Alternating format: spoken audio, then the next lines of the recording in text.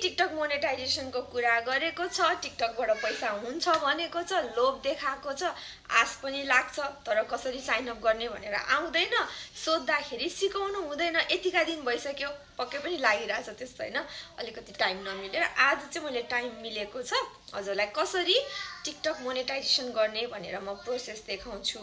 Country यहाँ छ, कुन कुन कन्ट्रीबाट गर्न मिल्छ, रिक्वायरमेन्ट यहाँ छ, यति लामो छ, हजुरले हेर्नु होला। यो दुईटै हजुरको छ क्वालिफाई हुनुभयो भने अब साइन अपलाई कसरी गर्ने भनेर हेरौँ है त। हजुरको कन्ट्री र टिकटक रिक्वायरमेन्ट चाहिँ मिल्यो मोनेटाइजेसन गर्न भनेपछि चाहिँ आफ्नो प्रोफाइलमा जानुहोस्। आफ्नो प्रोफाइलमा गएपछि यहाँनिर टिकटक स्टुडियो भनेर आउँछ, देख्नुभयो, त्यसमा क्लिक गर्नुहोस्। त्यसमा क्लिक गरेपछि यहाँनिर स्क्रोल गर्नुहोस्, यस्तो स्लाइड गर्ने क्रिएटर रिवार्ड प्रोग्राम देख्नुभयो, त्यसमा क्लिक गरेपछि यहाँ देखाउँछ 1 मिनट प्लस भिडियो हुनु पर्यो हैन, क्वालिटी कन्टेन्ट हुनु पर्यो, अनि त्यसपछि त्यो मोनेटाइजेसन हुन्छ।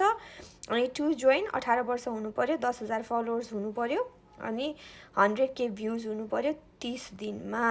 त्यसपछि यहाँनिर आउँछ हजुरको साइन अप भनेर। अहिले चाहिँ मेरो एलिजिबल छैन नि त यो अकाउन्टमा, त्यही भएर यु विल बी नोटिफाइड भनेको छ, मैले यहाँ नोटिफाइडमा गरेँ, क्लिक गरेँ।